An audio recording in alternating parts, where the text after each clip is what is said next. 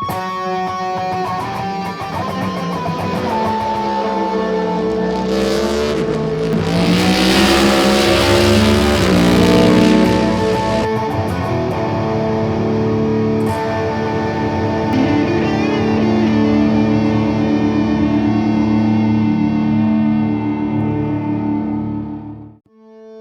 going on, y'all? What's going on, y'all? What's going on, y'all? What's going on, y'all? What's going on, y'all? What's going on, y'all? This is Ricky Bob. What's going on, y'all? We are on the brand new first episode of The Shoe Show here on YouTube. We're not talking about footwear or high heels. We are high heels or Crocs, cowboy boots or Crocs, Air Jordans, hiking boots or running shoes, checkered pattern Vans, combat boots out kicking ass for the military, my daughter's favorite shoes, Elsa shoes, Globe shoes, rain boots as we need it out in Daytona, Nike skateboarding shoes that my boy Joey West uses on stage, Witches shoes and brooms, off-whites as my boy Scott Brewer wears, Nike Air Maxes that my buddy Morgan Boucher in France, French guy, wears those shoes. What's going on, y'all? This is Josh from Team Super Shoe, and welcome back to another episode of The Shoe Show. I am not talking about fancy shoes that you wear while wearing a tuxedo, because today is the anniversary of The Shoe Show. No, I'm talking about the one and only Corey LaJoy, the shoe of NASCAR, and just anything NASCAR related. It has been a wild first year, and man, this has been so cool to have you guys riding along shotgun with me. So I have on the show today my buddy Anthony. He is the founding father, the Abe Lincoln of Team Super Shoe on Facebook. He is the one who invited me on to be a part of this all in the first place. And then my buddy Alex, he was my first guest on the show a year ago. So it's pretty cool to bring them both together, and we're just going to talk about racing. We're just going to kind of talk about the past year and kind of do some predictions about next year. Also, towards the end of the show, we're going to have some cool highlights of interviews of the past year in case you guys have missed it of the Shoe Show. So without further ado, let's bring on my buddies, Anthony and Alex.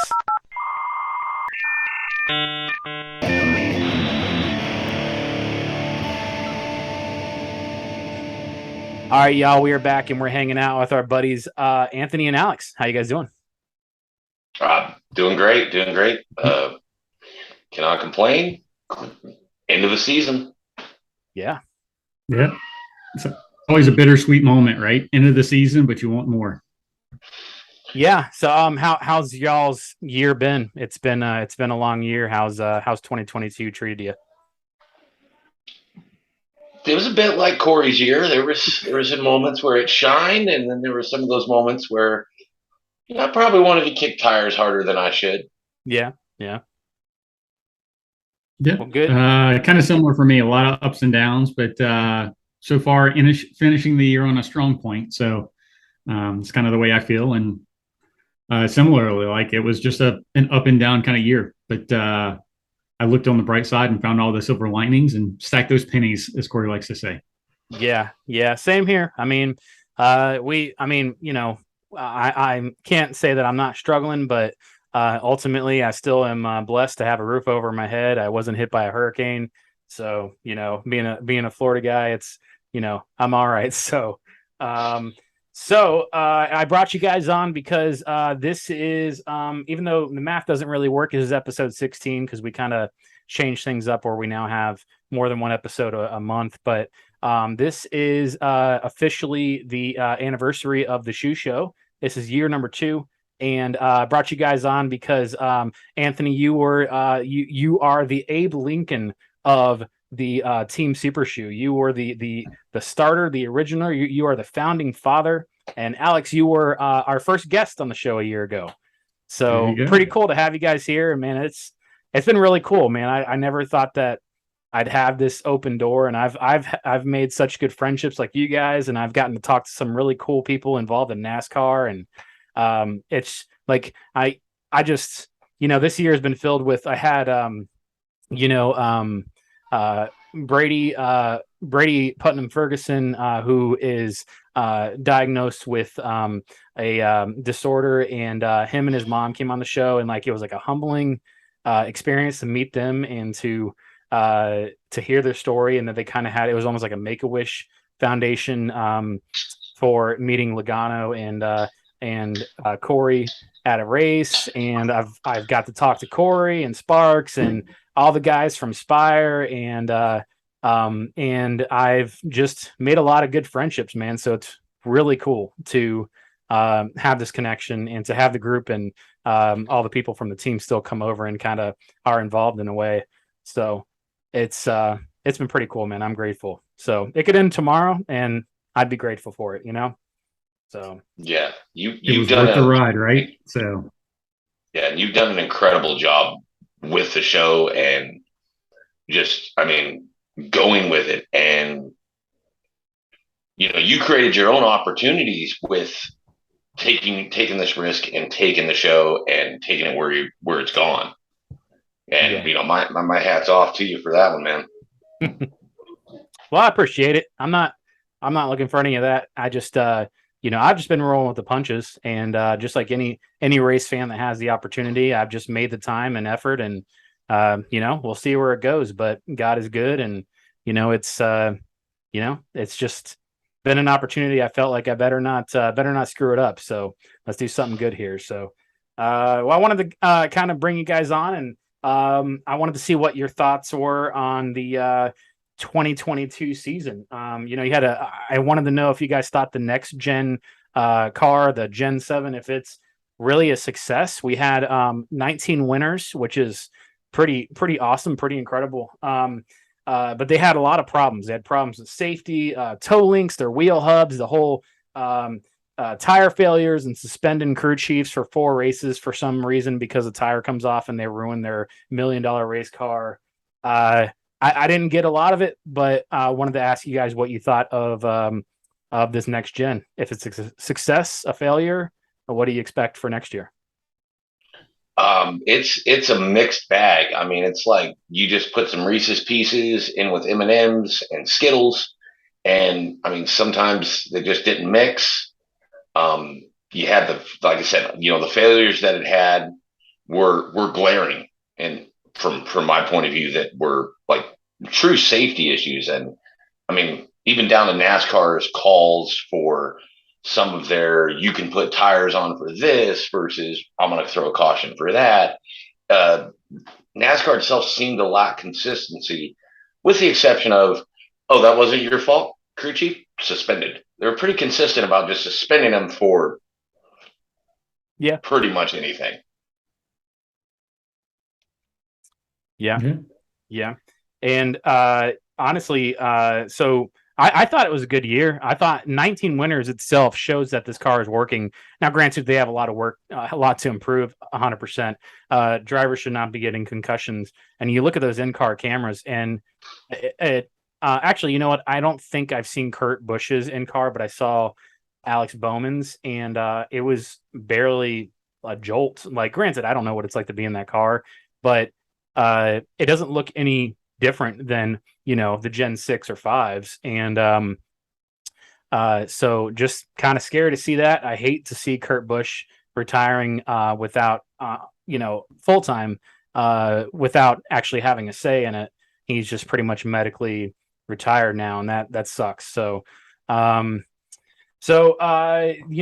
wanted to know, it's obviously very early. This is going to be in December, and even if it was January or February, it'll still be too early. But 2023, who do y'all got? Who is the title winner, championship winner next year, a year from now?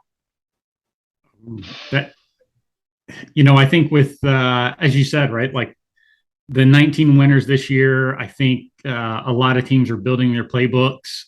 There's obviously been a lot of shuffling around, like with Bush going to RCR and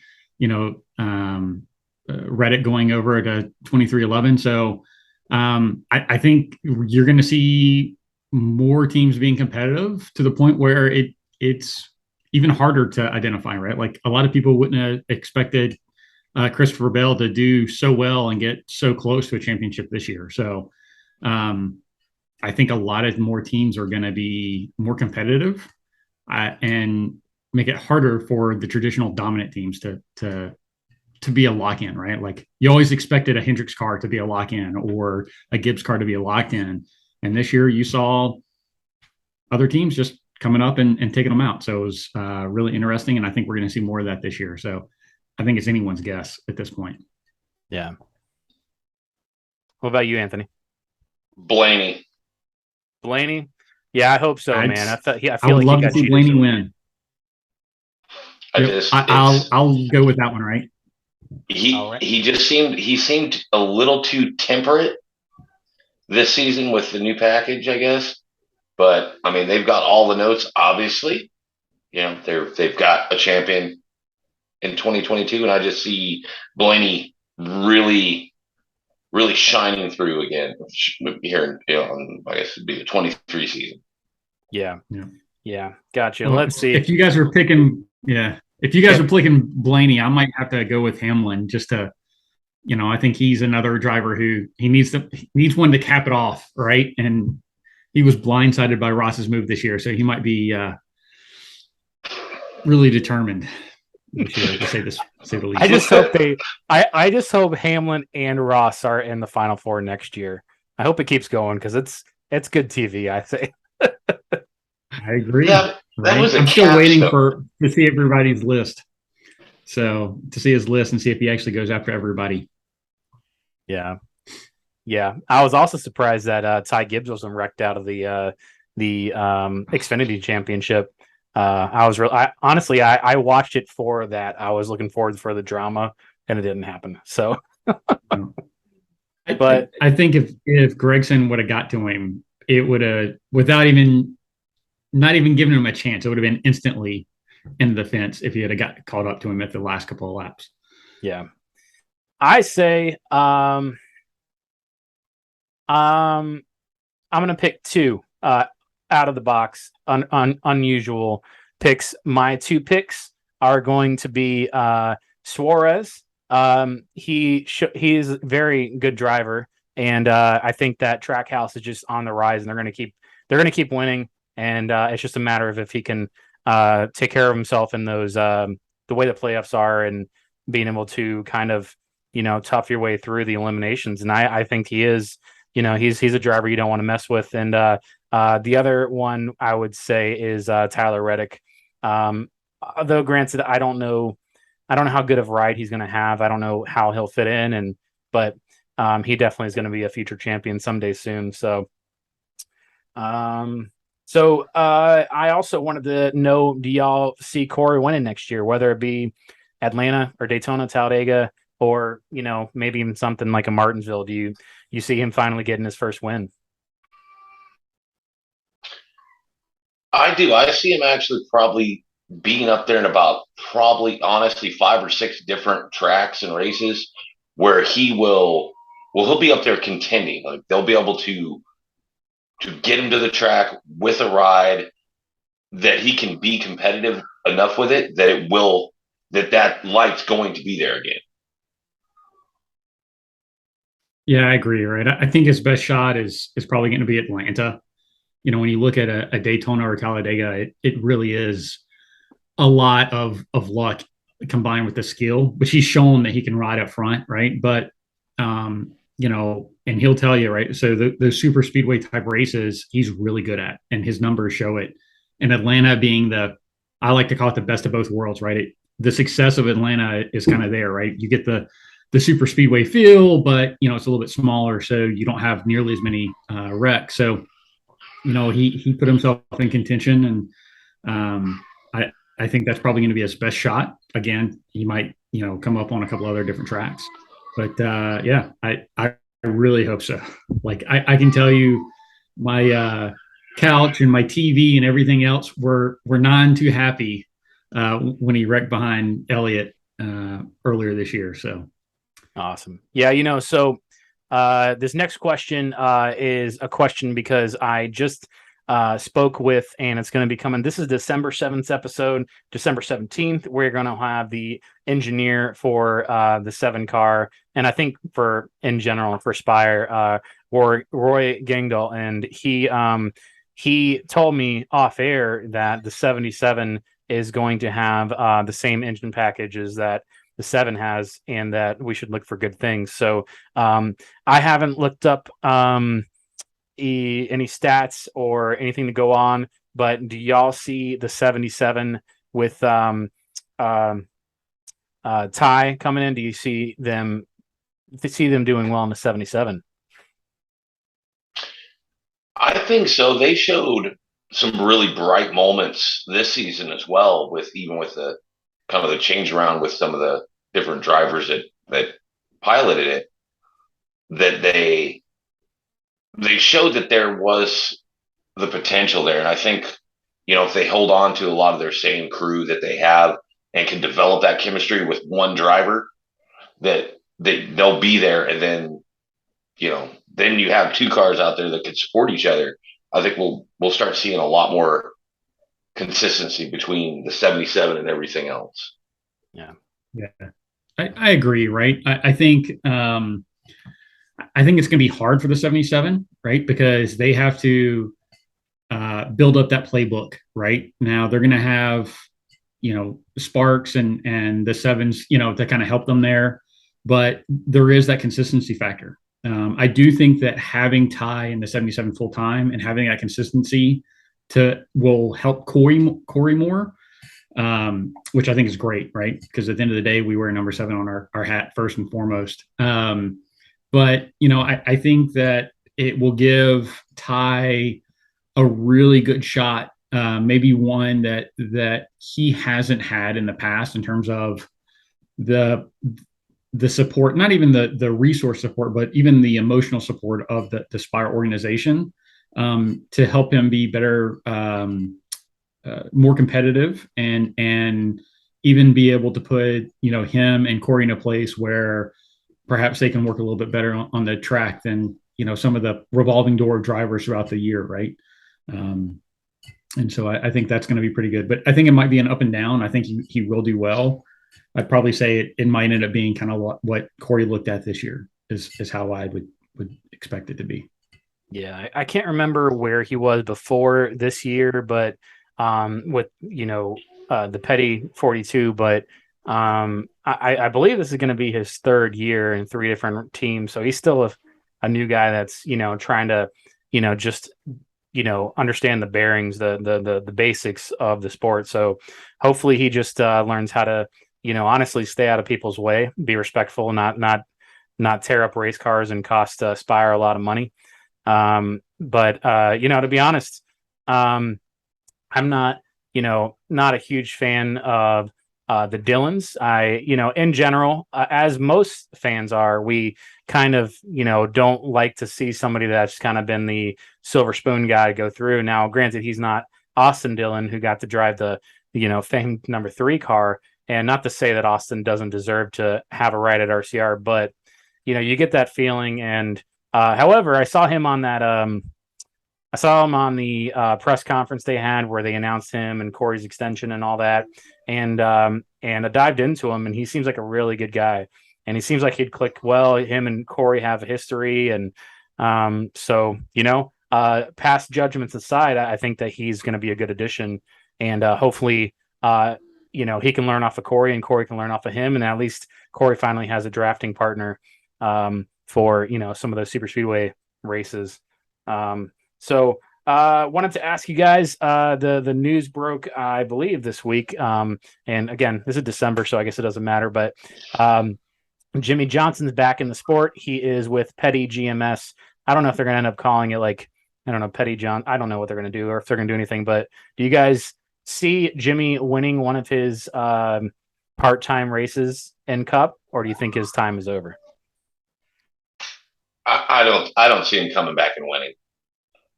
It's going to be one of the tip of the hat kind of deals. Like having Earnhardt back in Xfinity when he'd run those. It's going to be great. Fan service. but I just don't see him being competitive with the new gen car, how diverse the field has become with the skill sets. I just don't see it. Yeah, you add in the lack of seat time, right? And it's going to be really hard for him to come in. I think best guess is maybe he runs a track that's he's really comfortable with, and he gets a couple of breaks because people don't want to race him hard because he is Jimmy Johnson, right? And so where you might get chastained, so to speak, he doesn't, and he's able to get by, right? But if he wins, I think it would be a really big long shot at this point, right? But I agree. I think it's still going to be great for the sport. It's going to be great for the fan base. I will be pulling for him. Josh, I know you will as well, right? Like, going on your history, right? So, and I do hope he does, right? As long as he doesn't win over Corey, right? But I'm not gonna, cross my fingers for it. Yeah, I unfortunately am in the same exact boat as y'all. And I if he could not win the last few years in the 48 car, it's just not going to happen. Not that he's not talented, but I think he's just slowing down a little bit. Whatever it is, something has changed. And to be honest, the conspiracy theorist in me, to go into the Jimmy rant, is I don't know what year it was now. I'm blanking on that, but back in the Lowe's days of the 48 car, his last competitive year was a year that he hit the wall real hard at Pocono. And I didn't think about this until I saw like a YouTube channel do the research. And since then, he has not been the same. And they questioned his, like, if he had a concussion or not. And then they ended up saying no. But I don't know, man. Like, I just feel like something there changed. And ever since then, I just find that it's ironic that he hasn't been dominating since. Now, successful to him is like winning, so, how dominating he was. And so now he just became an average race car driver that was finishing 15th, so I don't know, man. But yeah, I'm excited to see him in the sport, though. I'm really surprised that he's not going to Hendrick in some form or fashion. That I was shocked to hear it, but we'll see. So next year, my last question for you guys is who do you find to be the surprise driver of the year? Now, I'm not talking about surprise driver like your normal big guys like Hamlin or Elliott. Or even guys like Chastain, who has been to me, he was the surprise guy of 2022. I didn't expect him to do as well he did. But who do you guys have going? You got Gragson going to, I think, the 42 car. I think Ty Gibbs is going to, that's the rumor. It has not been officially announced yet, going to the 18. Harrison Burton hasn't done a ton in the 21 car. You got Justin Haley, who has had some good success in his team, his new team of Colleague, or somebody else. Like, who do you guys see being kind of the surprise guy going in the playoffs and kind of being the underdog in the playoffs? Probably for me, it's going to be Austin Cindric. I mean, everybody expected that he won the first race of the year, I think, or something like that. Yeah. And everybody expected him just to, he'd be there. Then he just kind of nearly faded to obscurity in a way. So I think he might show back up and actually be that dominating type guy that he was in Xfinity. Yeah, I mean that's a pretty good possibility, especially with with the whole Penske aspects, right? Like, raising tide raises all ships, and you've got Blaney who's hot there, and then you've obviously got next gen Joe, right? Like Corey called it right at the beginning of the season. But I think for my surprise pick, it's going to be Allmendinger, right? Like, Colleague has been really strong for what they were with Haley in. You get Allmendinger in, like they always called him the ringer on the road courses, right? But every time he's raced, he's shown that he can actually compete not just on road, but in other places. So I think you get consistency there. another year under colleague, him and Haley together, I think he has a long shot to go into the playoffs pretty far. Yeah. Or a good shot to go into the playoffs pretty far. Well, my pick, I've thought about this, and I'm sorry, guys. I have to pick somebody I don't like, but I'm doing it based off of what I see, not what I want. And I think Ty Gibbs is going to go in there and he's going to tear it up in that 18 car. Granted, he even gets the 18 car at this point, and it's November 7th. It hasn't been announced yet, but if he comes to Cup, I see him making the playoffs, and I see him being that surprise. Not that I want it, but he obviously is a young blood kid, and he's going to do whatever it takes to win. He's got all the money, all the backing in the world, and hopefully I'm wrong. Hopefully he doesn't make the playoffs. But look, he had a pretty good backing in when he was running for 2311, and we routinely saw him running around Corey, and I don't know. I think he's going to have to grow up a lot in the next year for that to happen, right? Like, if you look at Chastain this year, right? Like, I don't think he did a lot of growing up from the beginning of the season to the end. Yeah. And if I think Ty has to do a little bit more growth than Ross. I'm not saying he's gonna be a champion. I'm just the standout, new guy, or standout, new person to success. I don't know. I've got y'all saying he grew up and whatnot. Well, Ross Chastain over there. The man, the second to last race of the year, the man pulled a video game move. Okay, I'm not sure if that's growing up. He went straight. I'm 14 and I'm going for it, and it worked. Hey, so I mean, you know what? Corey caught it. He got shark eyes, right? Like, he just went full primal and said, "I don't care. Like, I'm going to do what I want." Right? I consider that a competitive aspect as opposed to, going in hard and wrecking 4 people. Right? Like, he was willing to put his body on the line, not other people intentionally. So, I think he got a lot of grief from a certain number 9 fan base about the championship race. I think he was okay on that one, right? Like, yeah, me too. So I think, especially during the playoffs, he did not do a lot of the same things that, he put him in the news at the beginning of the season. And that showed a lot more maturity. Now, I'm sure he had a lot of coaching, right? On the radio, throughout the week, everything. But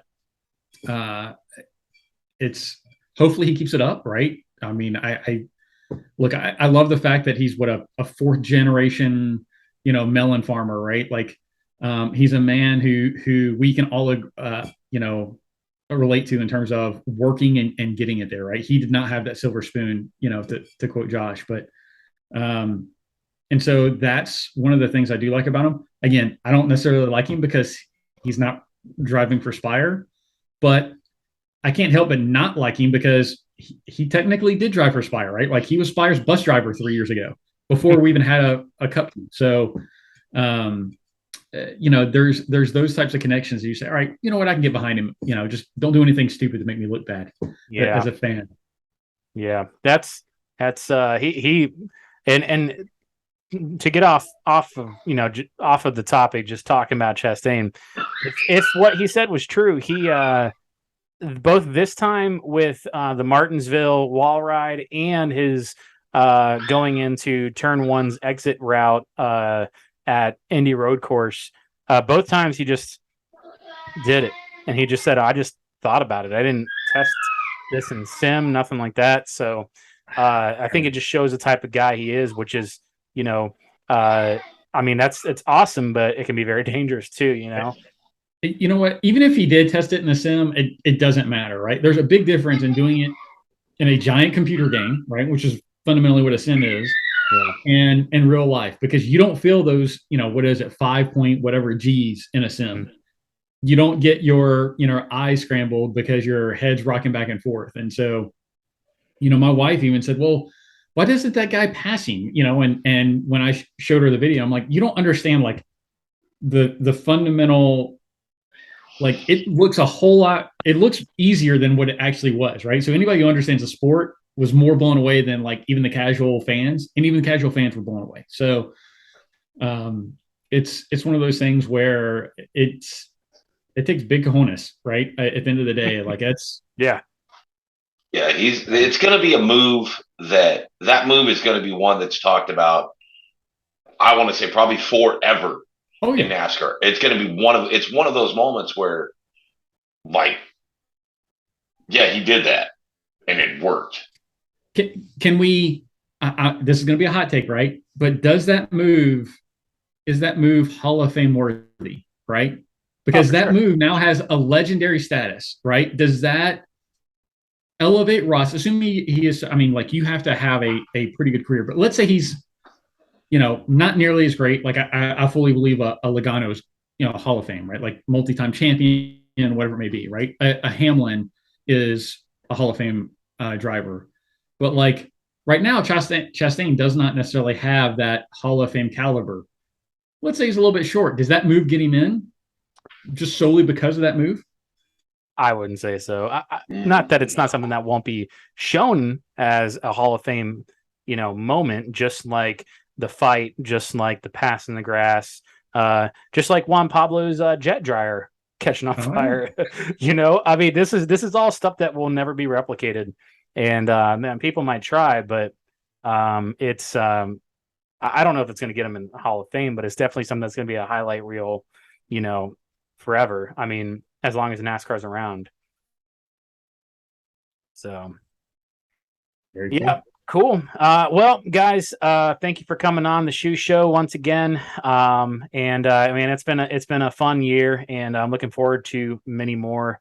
And keep getting you guys on and keep chatting about NASCAR. So appreciate y'all's friendship, and it's been fun. Absolutely. Yeah, been great being on. Talk with y'all again. That's for sure. That's right. Cheers to another great year. Yes, sir. See ya. We are with Super Shoe fan Alex Armstrong. Alex, how you doing, man? Doing wonderful. It's a beautiful Saturday. How you doing, man? Thanks for joining us, brother. Yeah, man. Good to be here. How you doing? Looking forward to hanging out with you guys for a little bit. Man, well, I'm some questions. real honored, y'all. Yes, sir. We try to do a little bit of homework. Be on the show. I appreciate how you hanging out with us. I'm good, man. Thanks for having me on. Yes, sir. I appreciate it. Always good to hang out with us. So I wanted to ask you, how has the season gone so far for you up here? Yeah, thank you for coming by. You set some expectations early in the year before mechanic last year. And just kind of planning it forward. But basically, the principal gets my son up and he's reading the story. And as he's getting in, Corey comes around the corner and he's still reading. Everybody in the audience is like, shocked because they see him. My son still doesn't know. He's still reading it.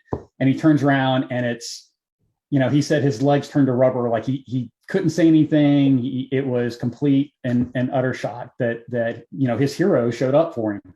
And Corey took time out of his day and answered questions and signed autographs, took pictures with his class. And of course, he was the hero for the school because his entire grade got out of the last two periods. And there was a couple of other really big NASCAR fans there. And he made a couple of other great fans for life as well out of the middle school at that time. So it was a great story. It was amazing to watch.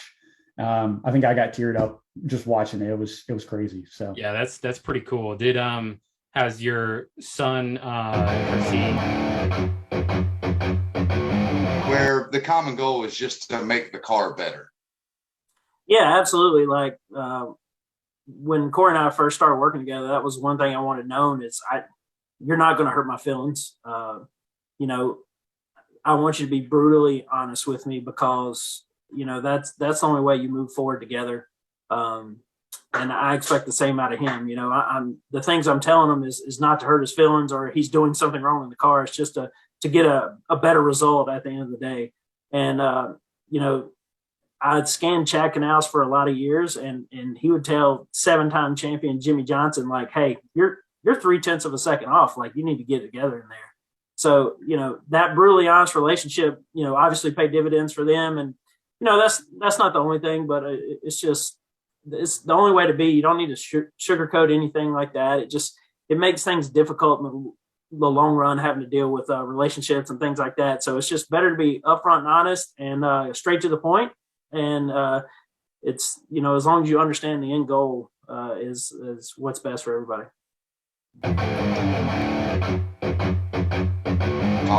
And stay focused on the bigger picture. And I just want to tell you, thank you for keeping my driver in the game every weekend. Yeah, I mean, we're just kind of overpaid babysitters, I guess you could say. I get that a lot, actually. It's how do you stay so calm? And, I wasn't always that way. It took a lot of years of experience, really. I'd get upset and mad about things. And then, as I grew older, and I learned that, that doesn't fix the problem. So the main focus is to just stay calm and keep the driver calm. Because he does get a little upset at times or whatever, but you gotta think he's going 190, 200 mile an hour, and a lot of things are coming at him very quickly. So, Corey, how you doing? Thank you so much for joining us, brother. Man, well, I feel honored that y'all asked me to be on the shoe show. I mean, I've been hearing about it, been seeing, tweets all over about how people love this shoe show, talking about some flapjack that rides around in circles on Sunday. So appreciate just y'all doing just in the trenches, preaching the Corey LaJoy name. Appreciate that for, the last couple of years. It hasn't been easy, but we're going to go, hopefully, like I said in that tweet on New Year's, hopefully we've been paying dues and stacking long enough, time to collect some pennies, lots of them this year. So how y'all doing? Good, man. Thank you for joining us and taking the time away from your beautiful family and from your work. So Corey, we had all right. Well, Corey, I have a little bit of a bone to pick with you. So I went home and I watched the replay of the YouTube stream of NASCAR's next gen testing. And you said on NASCAR.com that moving the number closer to the front wheel was cooler than the OG position. So since you've already gone to the dark side of that conversation, I wanted to know, have you already ordered your little hot pants IndyCar fire suit yet with your tight ankles? Is that coming next or what? I thought that's a good question. I thought that, the numbers in the middle of the door was a hill I was willing to die on, but it's not, because I've seen some cool number forward paint schemes, two of which will be on the 7 car this year because the built car and the Schluter car are sick. So wait for those things to drop. I feel like we've probably done. I have now. Granted, I'm biased to obviously my own car, my own partners, but I haven't seen any scheme that's going to look cooler than what the built and the Schluter the schemes look. They look so sick, and they utilize all the space that NASCAR was trying to accomplish with moving the number forward. I, however, would probably die in the hill of boot cuffs on my fire suit. If you ever see me with the Jimmy Johnson, freaking, Lewis Hamilton leg bottoms, go ahead and just slap me. Because I don't know if I can do it. All right. Now, never say never. Never say never, but it'll be a long time before that happens. That's consent there. I know the law, so Can't say never. You can say probably not ever, but not never.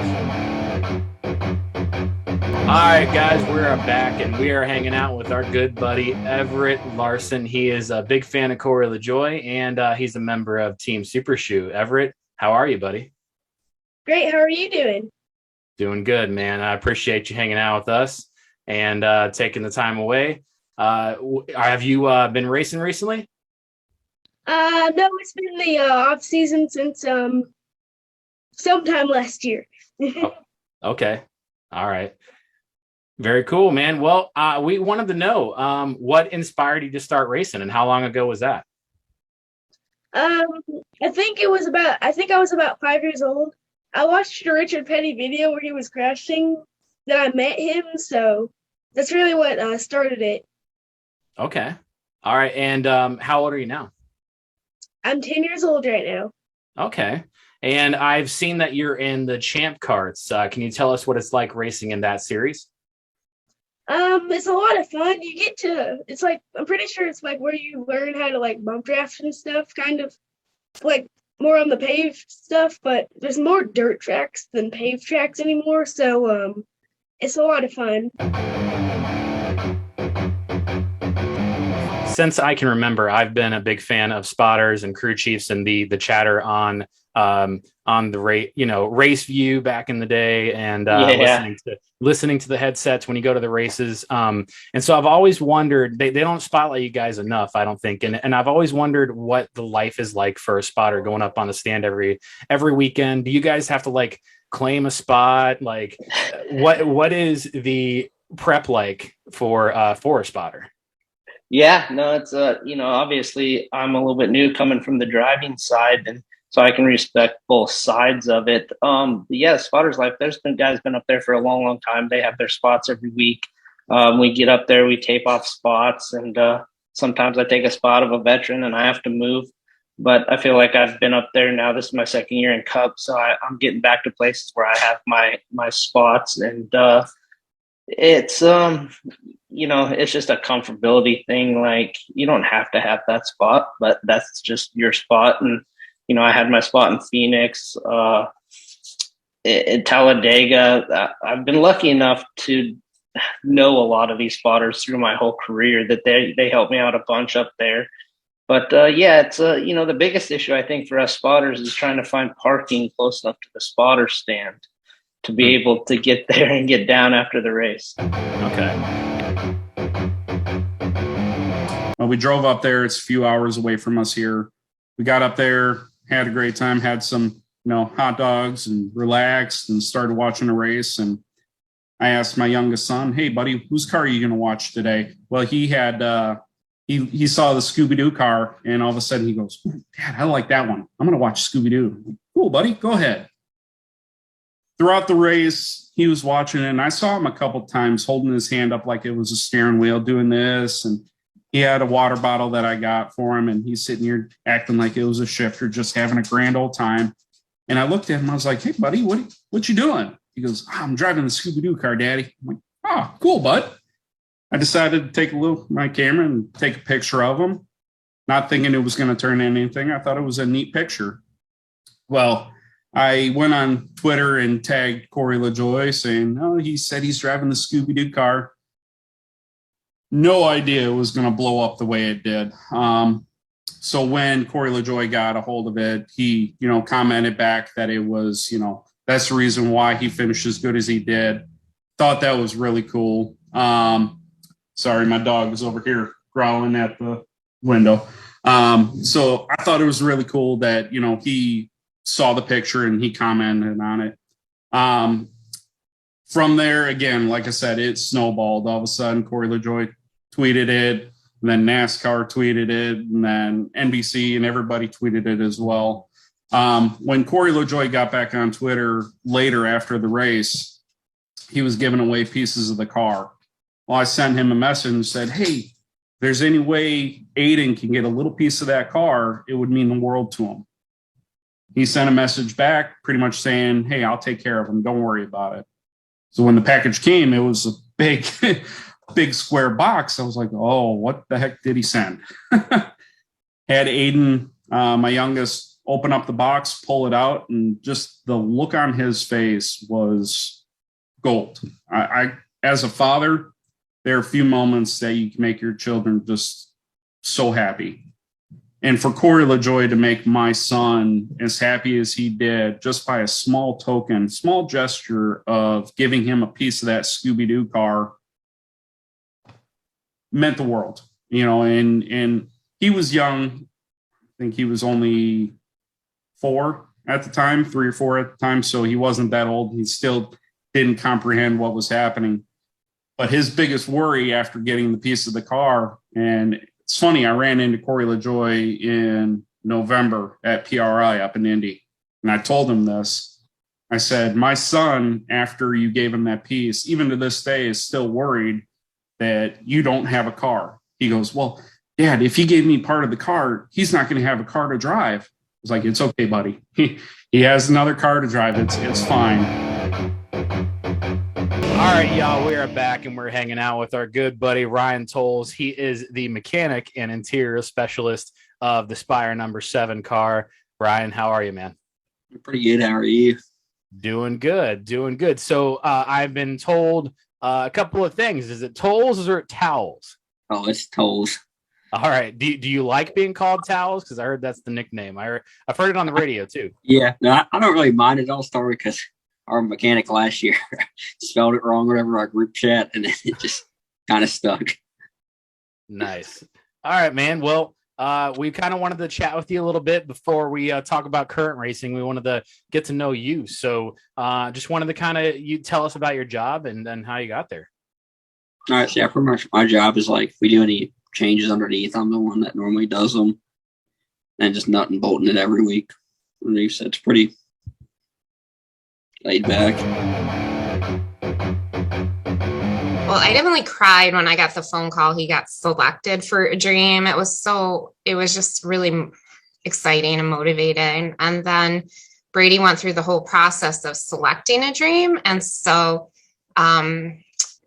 he came up with this idea himself to go to a NASCAR race and to meet his favorite driver.